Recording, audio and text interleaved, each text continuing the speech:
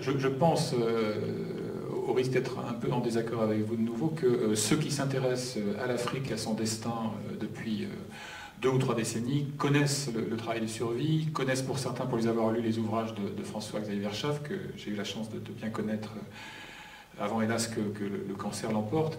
Bon, effectivement, c'est plutôt des initiés, mais et Survie continue, comme vous le savez, son travail.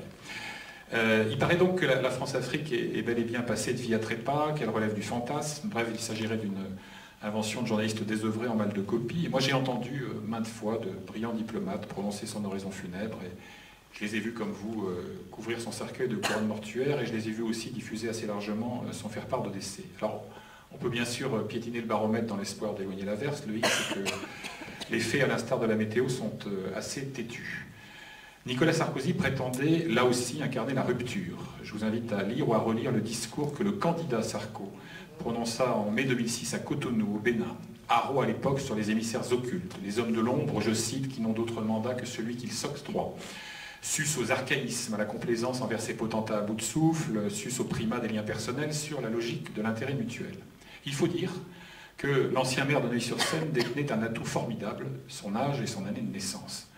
Lui, le fils d'émigrés hongrois, avait à peine 5 ans à l'heure des indépendances. Il n'était donc pas prisonnier de vieilles amitiés et de cette vision chiracienne, cocktail étrange de sentimentalité et de cynisme. Autant dire que les 3 premières années de son quinquennat racontent l'histoire d'un gâchis français. Je passe rapidement sur la calamiteuse adresse de Dakar, ce silice oratoire qui lui fera porter jusqu'à son dernier souffle, et dont aucun discours ultérieur, fût-il de bonne facture, tel celui du Cap en février 2008, n'effacera jamais la trace. Je me souviens avoir croisé à la sortie de l'amphi de l'université Cheikh Anta Diop de Dakar un des jeunes conseillers du prince, le prince Sarkozy. Alors ce discours formidable, non, m'avait-il dit, dans 10 ans on en parlera encore. Sans aucun doute, lui avais-je répondu, mais pour d'assez mauvaises raisons. Le soir venu, à l'heure du cocktail, sur les pelouses de la résidence de l'ambassade de France au Sénégal, face à l'île de Gorée, Henri Guénaud, l'auteur du Pensum anachronique sur l'homme africain, ne touchait plus terre, et malheur à quiconque avait l'outrecuidance d'émettre le moindre doute sur la portée de sa prose. Vous ne comprenez décidément rien à l'Afrique. Au fond, il y a plus grave. Nicolas Sarkozy, qui n'a donc rien fait de son atout générationnel, pâtit en outre de 2 handicaps. D'abord, son manque d'intérêt pour la matière. J'ai relevé tout à l'heure les effets pervers de toute fascination intime pour le continent, mais il y a des limites quand même.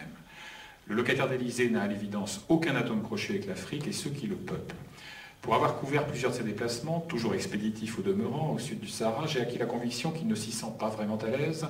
Sa vision me paraît avant tout d'ordre sécuritaire. Il raisonne, semble-t-il, en termes de flux migratoires et de périls terroristes, bref, et au risque de la trivialité, d'emmerdement potentiel.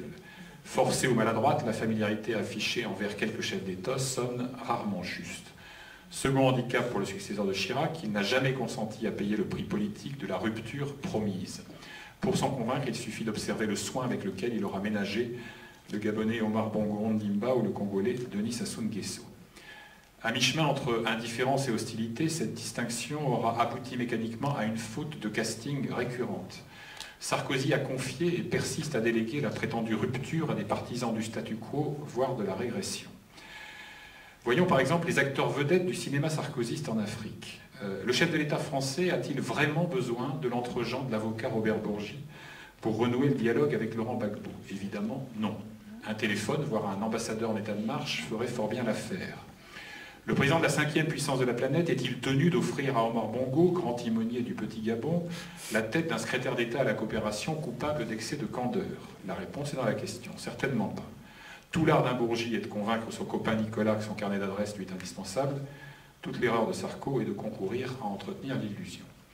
Quand fraîchement installé à l'Élysée, l'ancien ministre de l'Intérieur épingle le revers du veston de Bourgi, que je surnomme dans mon bouquin Bob le bricoleur, les insignes de chevalier de la Légion d'honneur, il le gratifie d'un éloge fleuri, assorti d'une formule qui vaut tous les mandats, je cite, « Je sais pouvoir compter sur ta participation à la politique extérieure de la France avec efficacité et discrétion. » Pour l'efficacité, les paris sont ouverts. Pour la discrétion, c'est raté.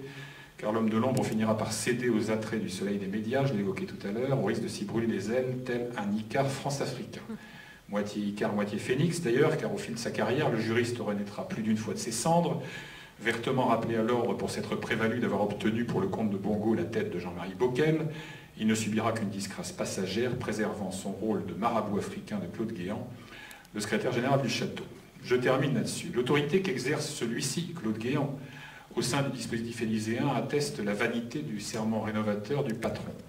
C'est Charles Pasqua soi-même qui vanta jadis auprès de Sarkozy les mérites de Guéant, pur produit de la préfectorale et grand serviteur de l'État. Vu d'Abidjan ou Yaoundé, on doit pouvoir trouver meilleur parrain.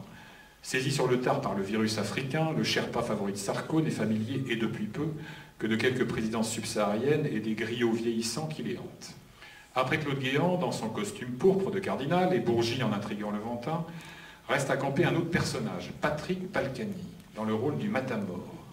Que connaît du continent noir le député maire UMP de Valois-Perret? Des palais, des palaces, des salons d'aéroport, une poignée d'affairistes. Et bien sûr, ce qu'il a pris autrefois entre Cameroun et Gabon, au temps où il jouait les estafettes sans état d'âme de la Légion étrangère de Charlie Pasqua, alors grand sorcier corse des Hauts-de-Seine et du RPR.